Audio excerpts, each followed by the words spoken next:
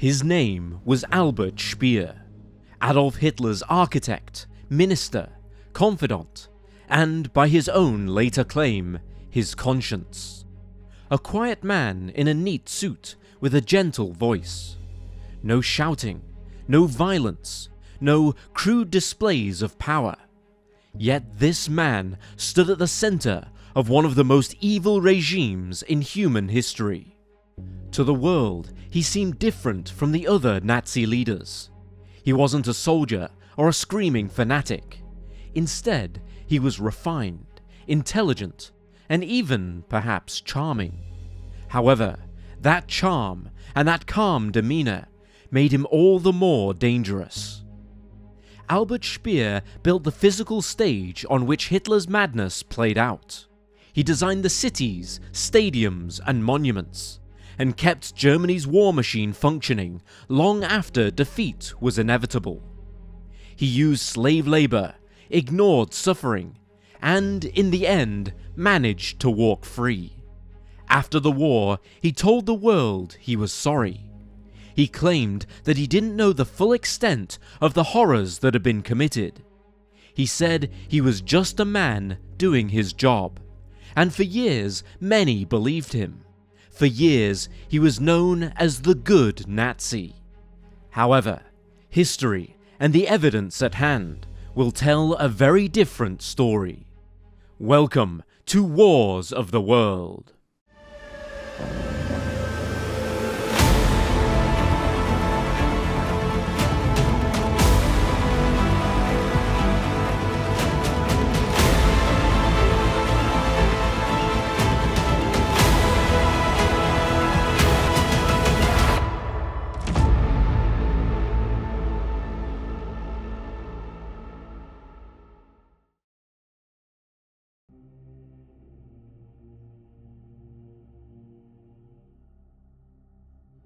Albert Speer was born on March 19, 1905, in Mannheim, southwest Germany.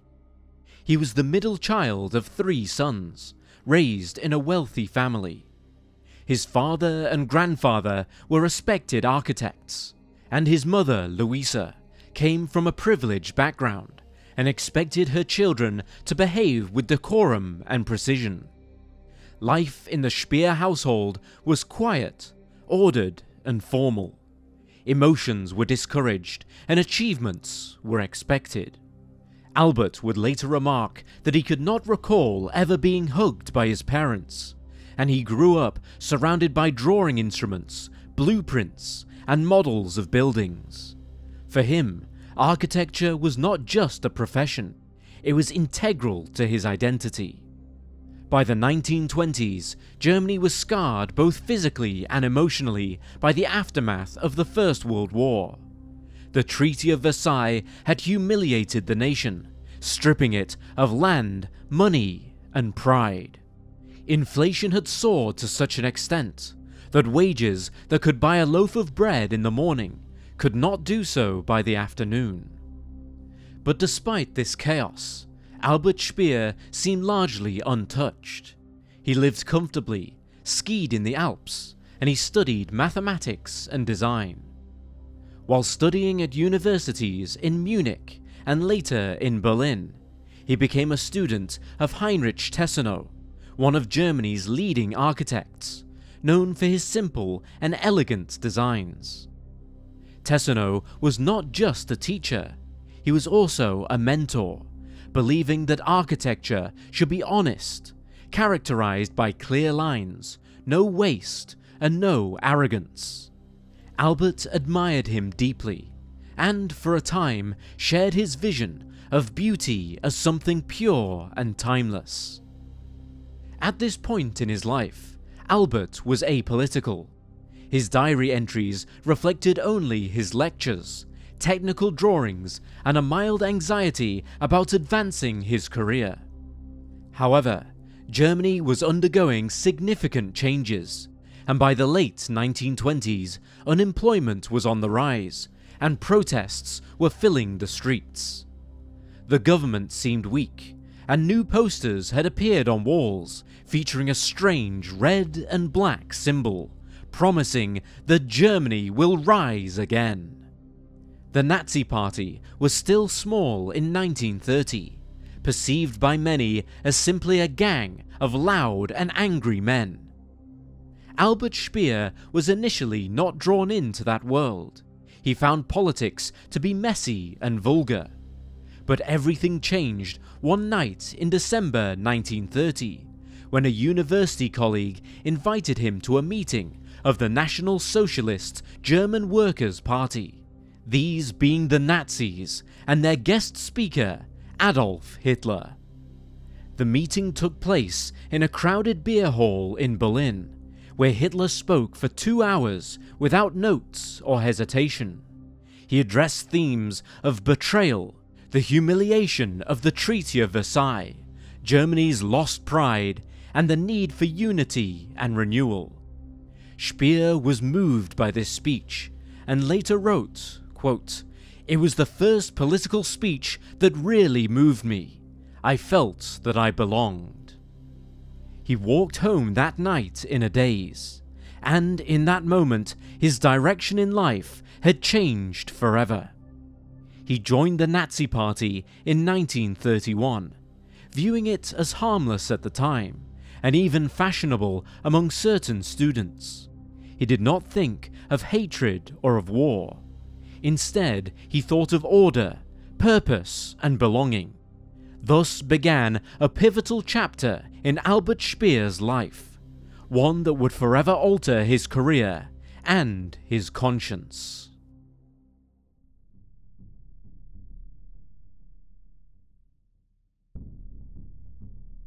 The year was now 1931. Germany was in ruins, a nation divided between the political left and right, engulfed in hunger and fear. Hitler's Nazi Party was on the rise, exploiting the widespread anger found in every beer hall and street corner. To most people, Hitler was a curiosity, an outsider loudly challenging the establishment. But to Albert Speer, however, he was something entirely different. Speer had joined the Nazi Party that year, almost on a whim, to assist a friend. He paid his small membership fee and attended a few local meetings. But it wasn't until early 1932 that fate and his own ambition brought him face to face with Adolf Hitler. That spring, one of Speer's former professors asked him to help renovate the Berlin headquarters of the Nazi Party. The task was straightforward: redecorating a few rooms, improving the lighting, and reorganizing the furniture. The man overseeing the project was Karl Hanke, a party organizer who recognized Speer's professionalism.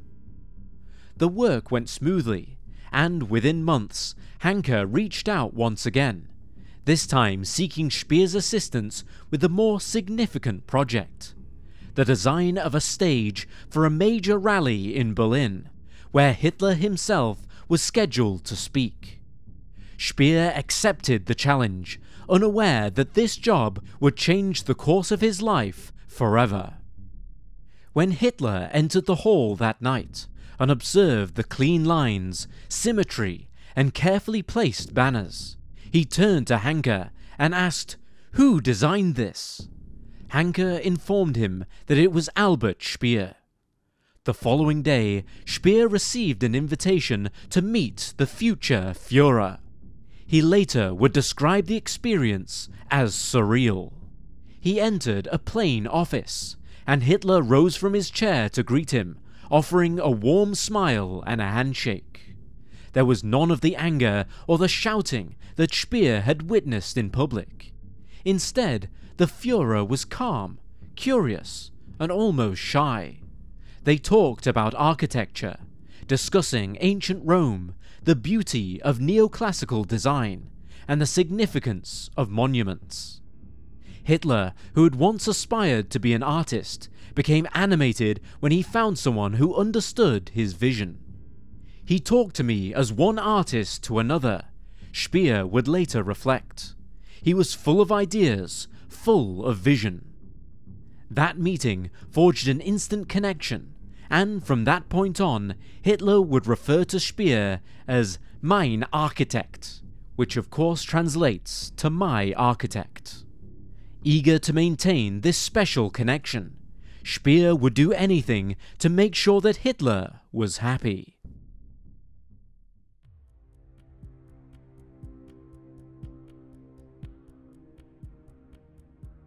In 1933, after Hitler had become Chancellor of Germany, he had plans to hold a massive rally in Berlin to showcase the strength and unity of the new regime.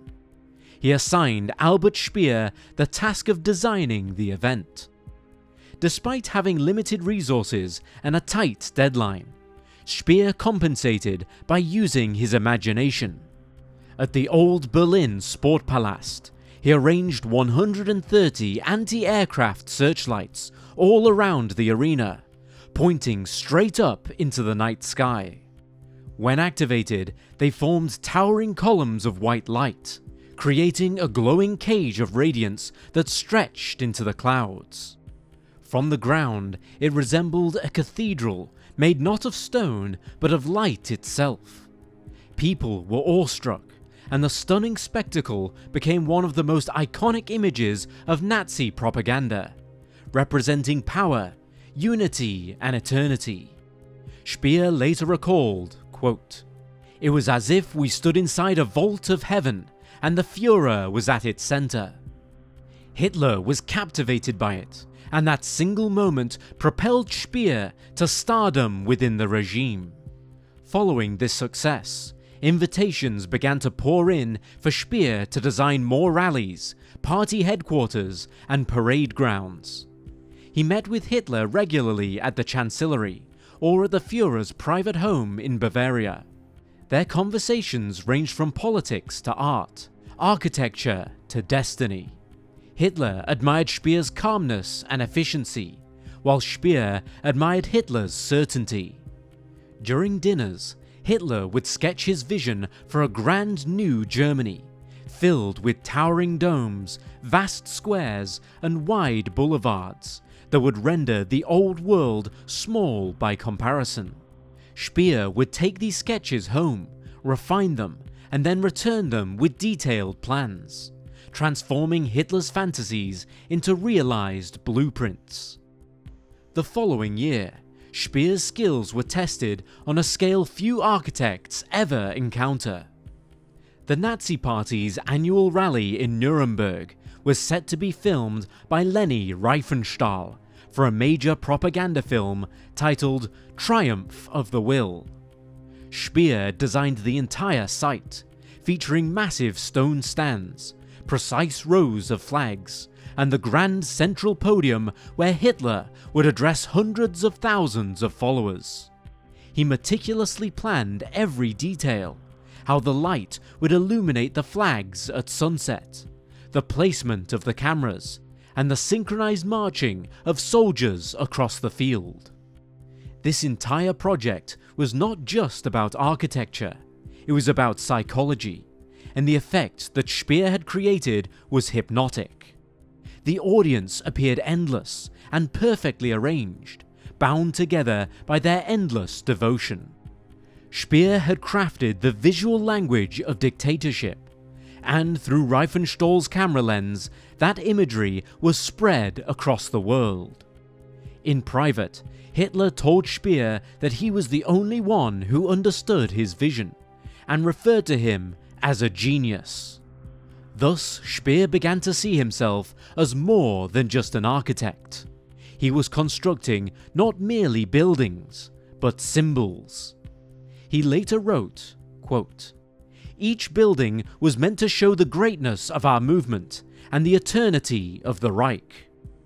However, behind this sense of purpose, something darker was emerging.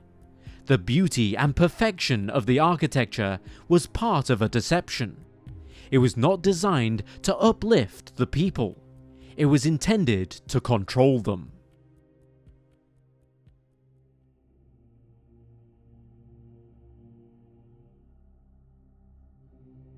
By 1937, Speer had become the general building inspector for the Reich, one of the most powerful positions in Nazi Germany.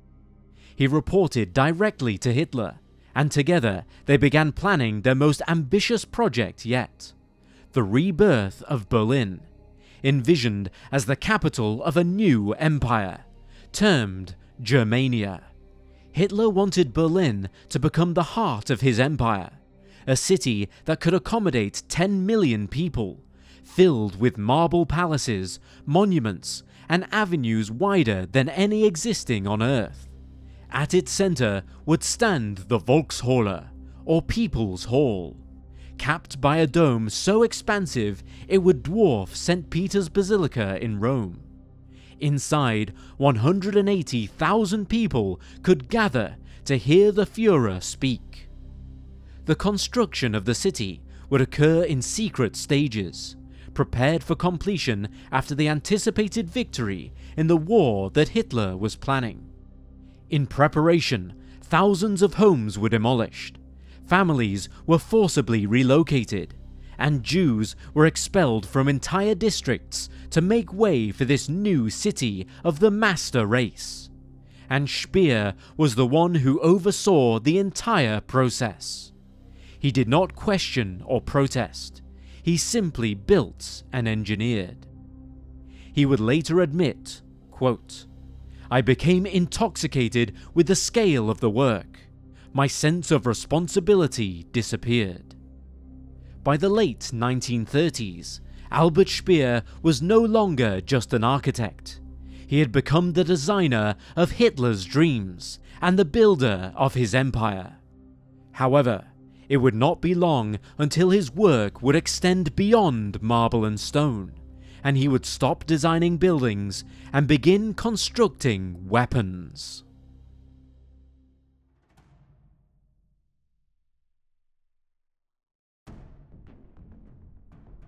The dream of Germania was put on hold. Hitler's armies had invaded Poland, and Europe was at war. For Albert Speer, this change was sudden, but not unwelcome. The grand buildings, the marble, the parade grounds, all of it could wait. For now, Hitler needed someone who could build for war, and Speer was ready. On February 8, 1942, an aircraft carrying Fritz Todt, Hitler's Minister of Armaments and Munitions, exploded on takeoff from the Führer's Eastern Front headquarters. There were no survivors. Todt had become one of the few men brave enough to tell Hitler the truth, that Germany couldn't win a long war against the combined might of Britain, the Soviet Union, and the United States. Hours before his death, he informed his aides that continuing the war was pointless. Whether the crash was an accident or something more sinister remains unclear. However, within 24 hours, Hitler would personally appoint Albert Speer as his successor, the 36-year-old architect suddenly controlling Germany's entire war economy, and from the moment he took over, Speer would throw himself into the job. Factories were running at half capacity, resources were scarce, and bureaucracy had strangled production, and so Speer set about reorganizing everything. He simplified designs, cut waste, and centralized control under his ministry. He introduced strict timetables, efficiency charts, and a new focus on results rather than hierarchy. Even as Allied bombers were destroying German cities, production increased. More planes, more tanks, more ammunition. And between 1942 and 1944, armament output would triple. To Hitler it was a miracle, and he called Speer his savior.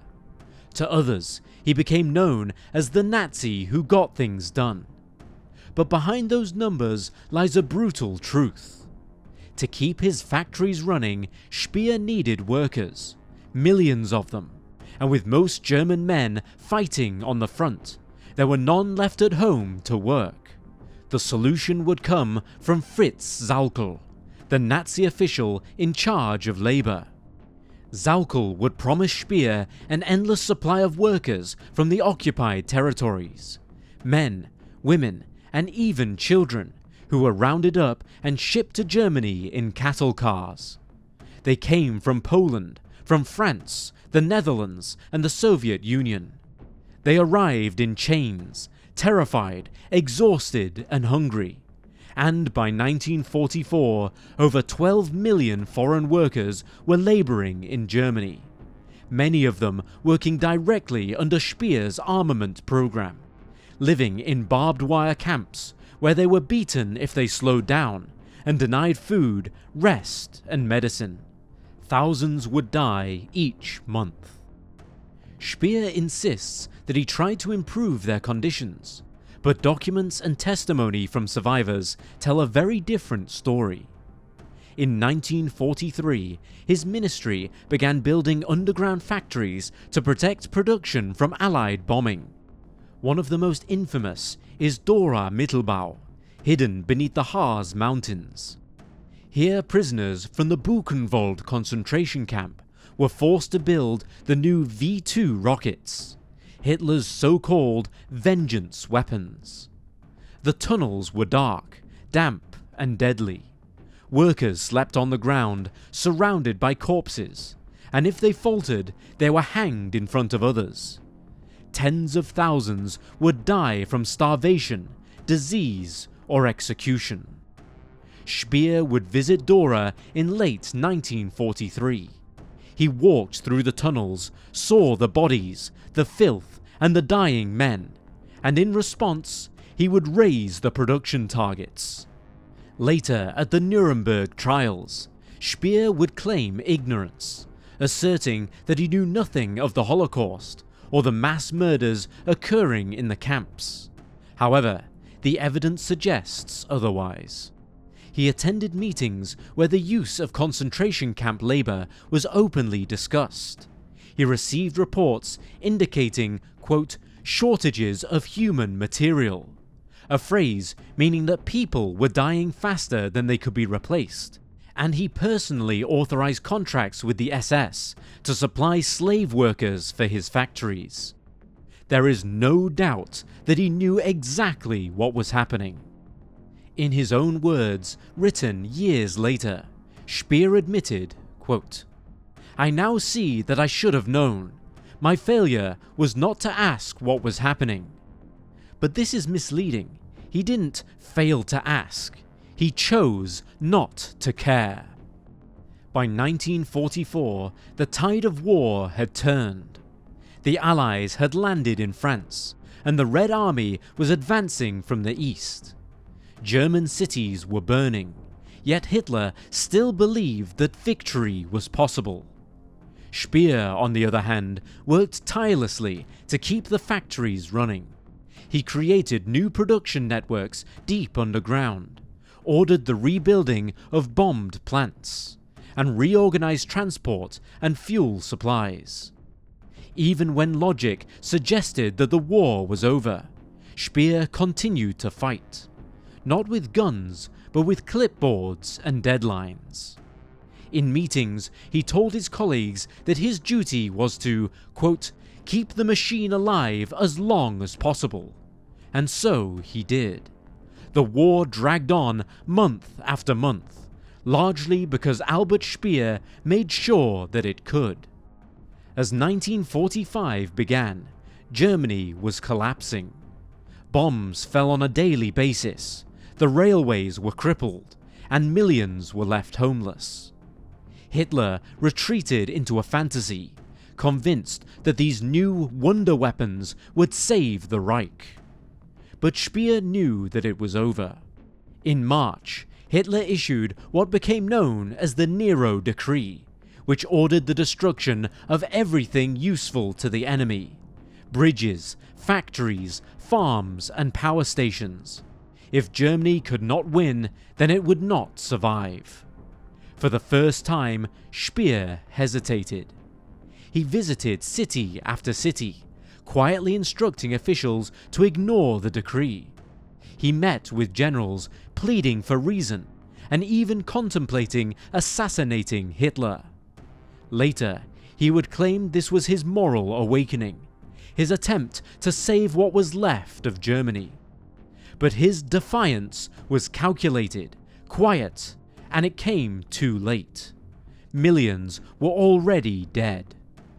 By April 1945, Hitler's empire had shrunk to a few city blocks in Berlin.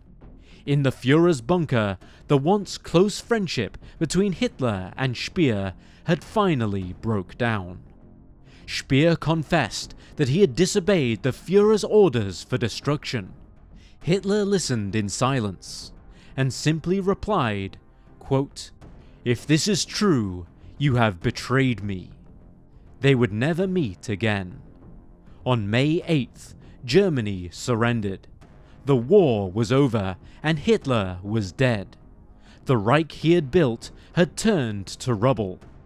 Albert Speer, the man who had once promised to build a world that would last 1,000 years, stepped out of the ashes and turned himself in to the Allies. Although he would not face a firing squad, but instead he would face a courtroom.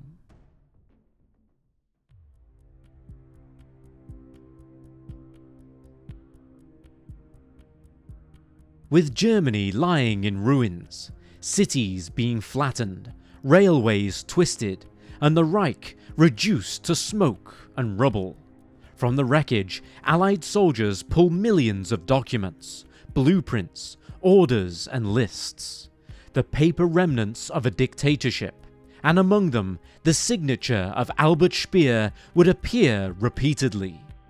Speer surrendered willingly in Hamburg. He walked into British custody wearing a plain suit, as polite as ever. There was no pistol, no cyanide pill, and no final stand. Just quiet obedience, as if he was reporting for another assignment.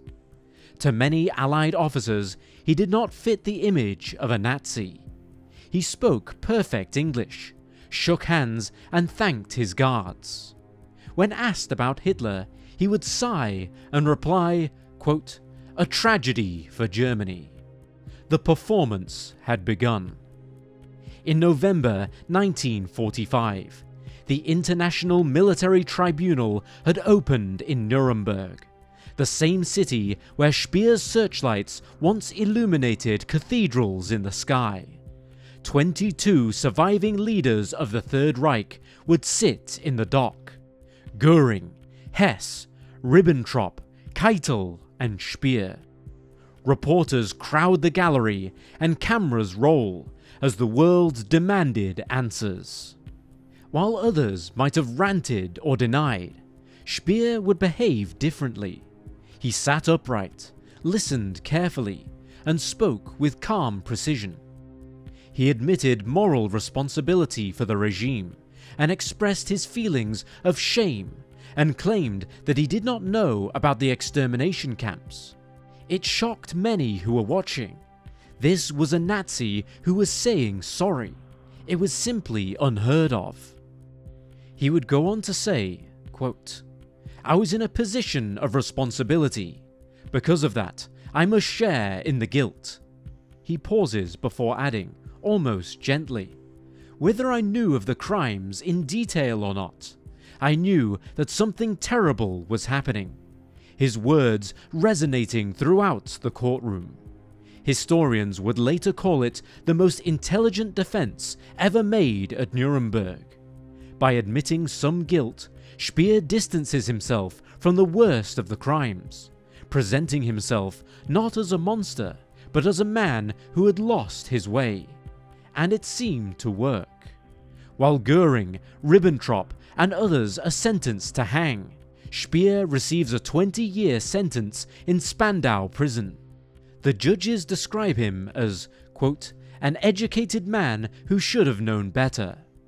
After being sentenced, he bows slightly, thanks the court, and is led away, with the world beginning to see him not as the builder of a dictatorship, but as its repentant survivor.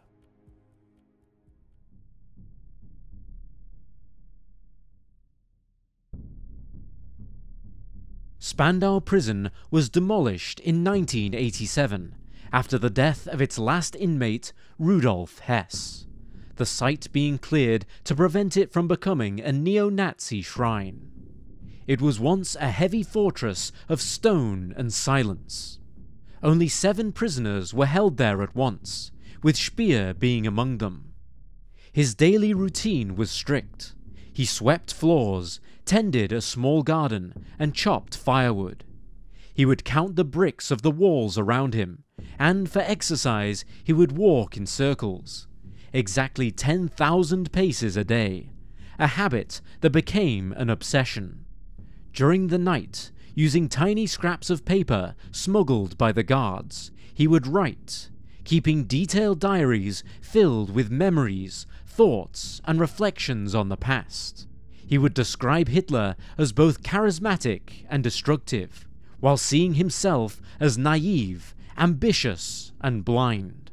Quote, "I joined the party because of its appeal to order," he writes. "I stayed because I wanted to build. I failed to see that I was building for a devil." While the tone is calm, thoughtful, and regretful, even in his remorse, Speer edits his narrative. He removes the orders he signed, the meetings he attended, and the photographs showing him standing at the edge of mass graves. He crafted his own story just like one of his building plans. In 1966, Speer completed his sentence, and he walked free through the gates of Spandau, thin and grey-haired, carrying only a suitcase and hundreds of pages of notes. Outside, he was swarmed by reporters, flashbulbs popping, one reporter shouting, quote, "Herr Speer, do you still feel guilty?" He then answers softly, "How could anyone not?" Overnight, he became a sensation. His first book, Inside the Third Reich, was published in 1969. It reads like a confession, intelligent, emotional, and almost poetic. Speer portrays himself as the loyal technocrat who fell under Hitler's spell, and later recognized the truth, but all too late. Readers were captivated, and for many, it is the first time that a senior Nazi speaks like a human rather than a fanatic. Television hosts would invite him on air, with journalists describing him as, quote, "the only decent man among them." He would appear in documentaries, elegant and articulate, warning the next generation about, quote, "the dangers of blind obedience." For a world exhausted by monsters, Speer's civility was comforting. He became a symbol of proof that redemption was possible. For 20 years, Albert Speer sold a narrative that the world wanted to believe, that there could be such a thing as a good Nazi. He portrayed himself as a man who served Hitler, but who did not share in his hatred, a man who was part of evil yet somehow stood apart from it. But redemption built on lies simply cannot last.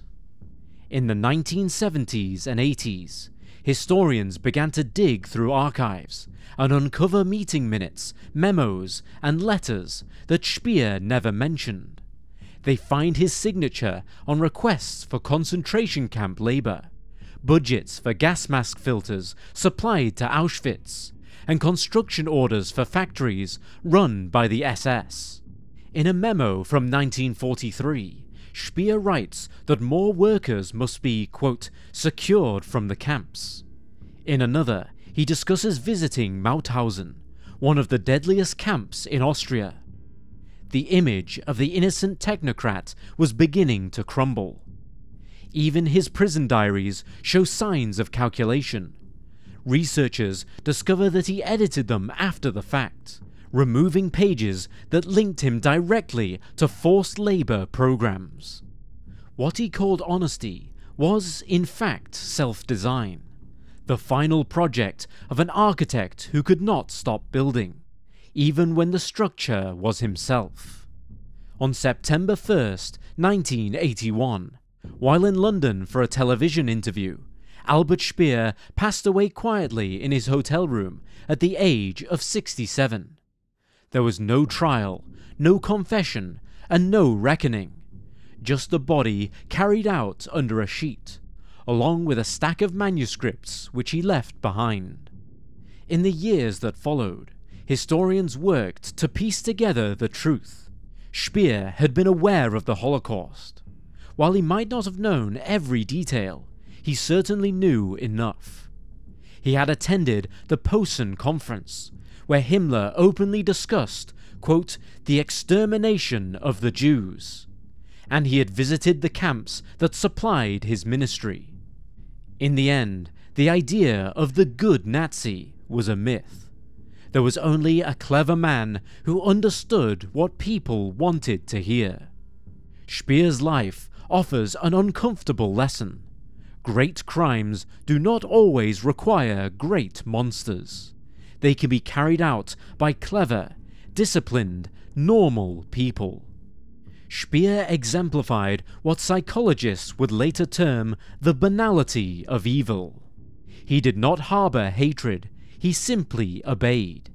He did not commit murder himself, but he enabled it, and in doing so, he made mass murder possible. Speer made all the effort to not appear like a monster on the surface, but nonetheless, a monster below still remained, wearing the skin of a good Nazi.